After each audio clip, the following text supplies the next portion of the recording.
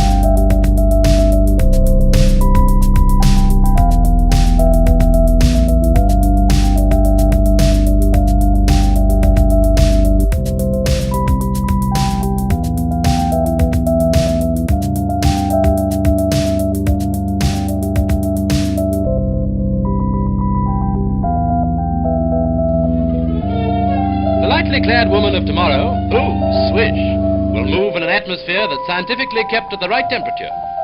The future bride in a wedding dress of glass. What the groom will wear, apart from a worried look, isn't mentioned. A dress of aluminium, with a sash to change it for afternoon or evening, and an electric headlight to help her to find an honest man.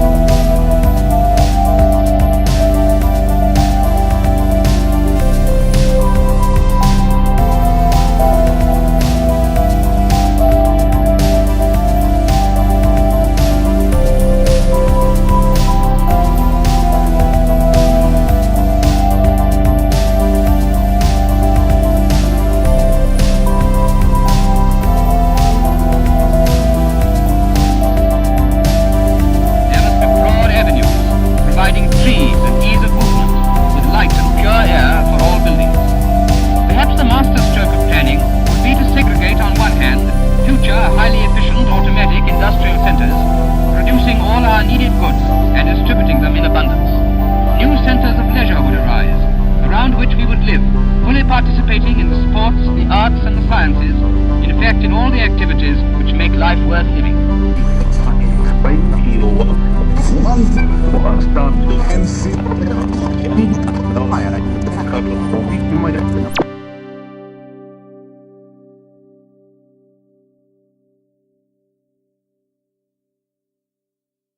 Goodbye, Tom. Once I wouldn't say it, would I? Once you wouldn't. Well, goodbye. This time you do. Goodbye.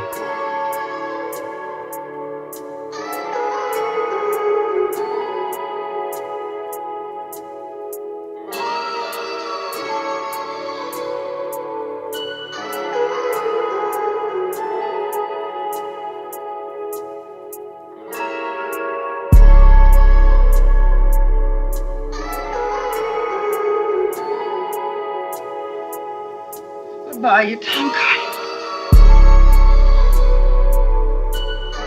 Bye. Until when?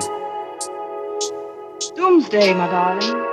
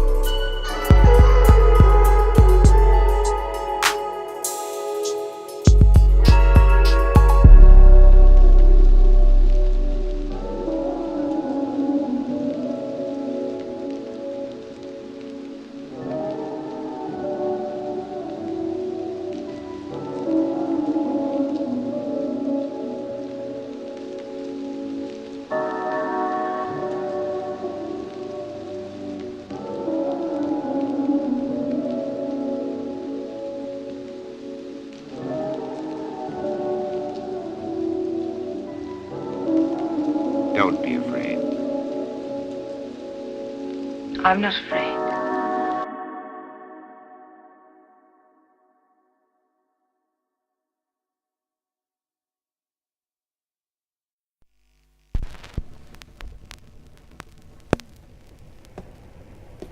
My memory finally came back. But nothing good came of it. There was no place for me to return to. This was the only place I could go. And now you're leaving, just like that. Why do you have to go? Where are you going? What are you going to do? Just throw your life away like it was nothing? I'm not going there to die. I'm going to find out if I'm really alive.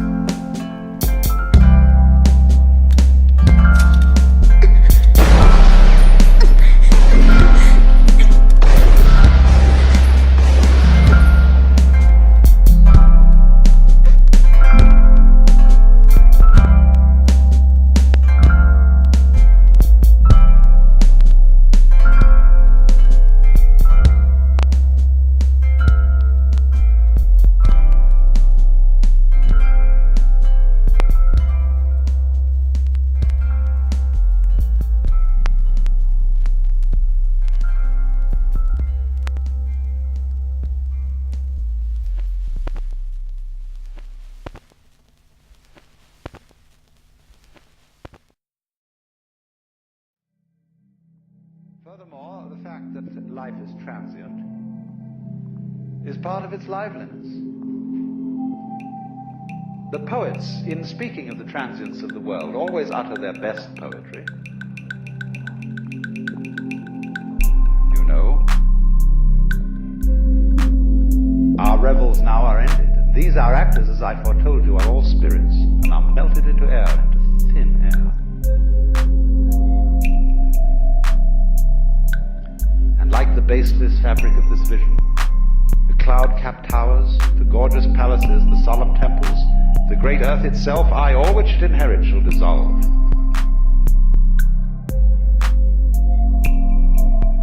And like this insubstantial pageant faded, leave not a rack behind.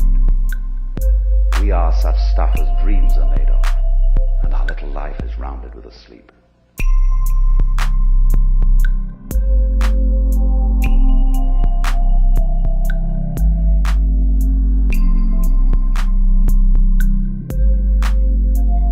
And said so well, it doesn't seem so bad after all, does it?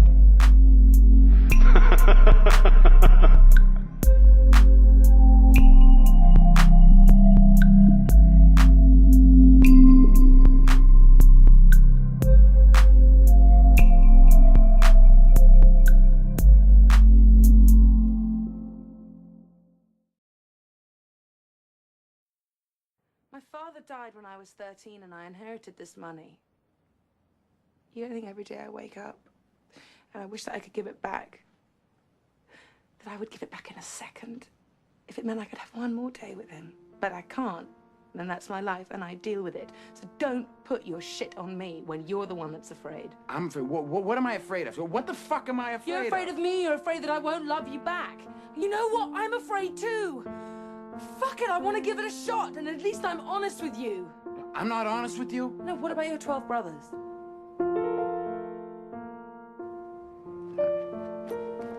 No, you're not going. You're not leaving. What do you want to know? What? That I don't have 12 brothers? Yeah. That I'm a fucking orphan? No, Yeah. you don't want to hear I that. didn't know No, that. you don't want to hear that. You don't I want to hear didn't that I know got it. fucking cigarettes put out of me when I was a little kid. That this isn't fucking surgery, that the motherfucker stabbed me. You don't want to hear that shit, Skylar. I Don't hear tell that. me you want to hear that I shit. want to hear it because I want to help you, because I Help want to me? be What with the fuck? What do I got? A fucking sign on my back that says save me? No. Do I look like I need that? No, God, I just want to be with you because I love you. Don't bullshit me. Don't you fucking bullshit me. I love you. I want to hear you say that you don't love me. Because if you say that,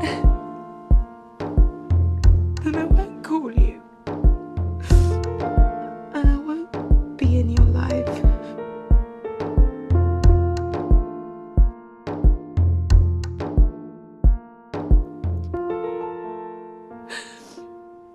I don't love you.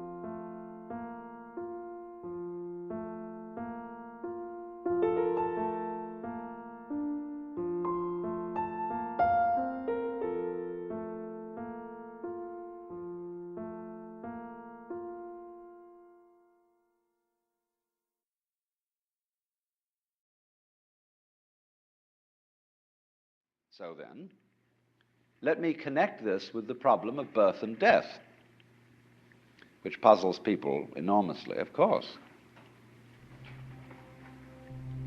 Because in order to understand what the self is, you have to remember that it doesn't need to remember anything. Just like you don't need to know how you work your thyroid gland. So then, when you die, you're not going to have to put up with everlasting non-existence, because that's not an experience. A lot of people are afraid that when they die, they're going to be locked up in a dark room forever and sort of undergo that. But one of the most interesting things in the world. This is a yoga, this is a way of realization. Try and imagine what it will be like to go to sleep and never wake up. Think about that. Children think about it. It's one of the great wonders of life. What will it be like to go to sleep and never wake up?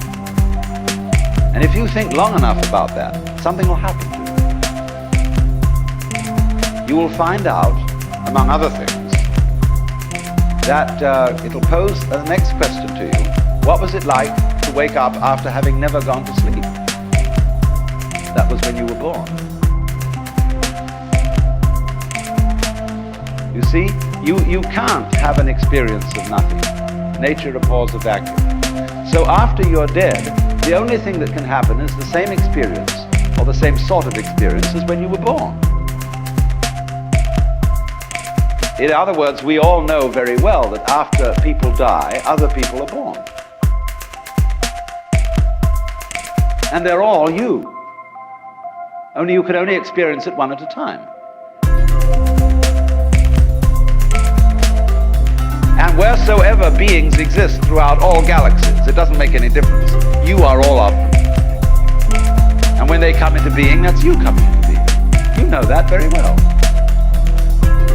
Only you don't have to remember the past. In the same way, you don't have to think about how you work your thyroid gland or whatever else it is in your organism. You don't have to know how to shine the sun. You just do it. Like you breathe.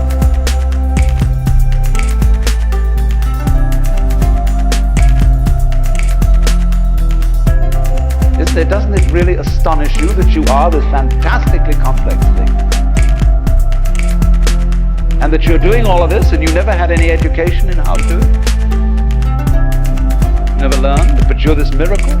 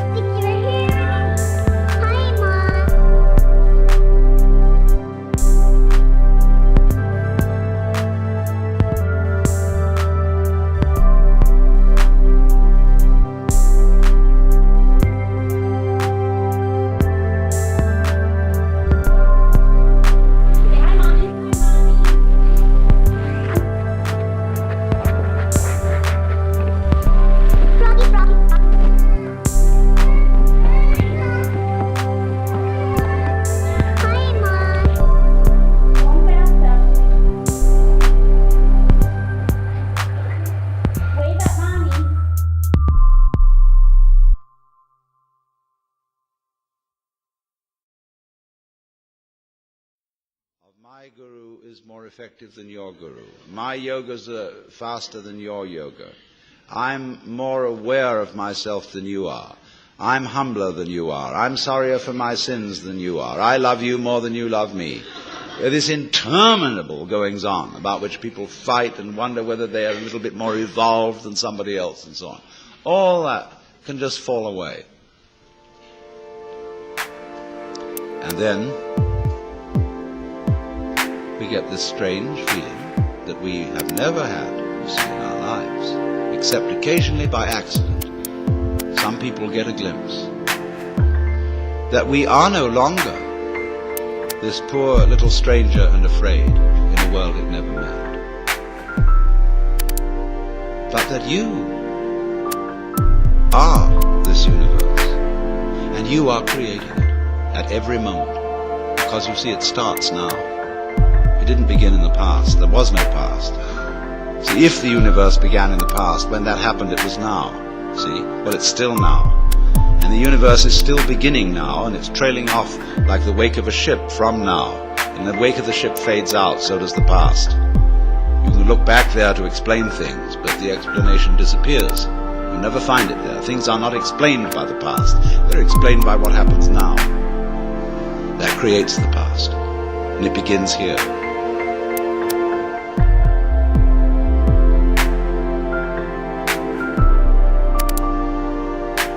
That's the birth of responsibility. Because otherwise, you can always look over your shoulder and say, well, I'm the way I am because my mother dropped me.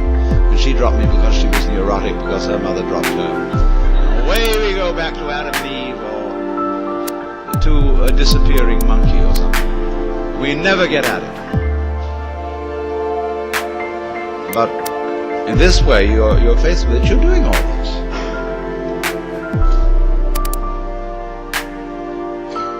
And that's an extraordinary shock.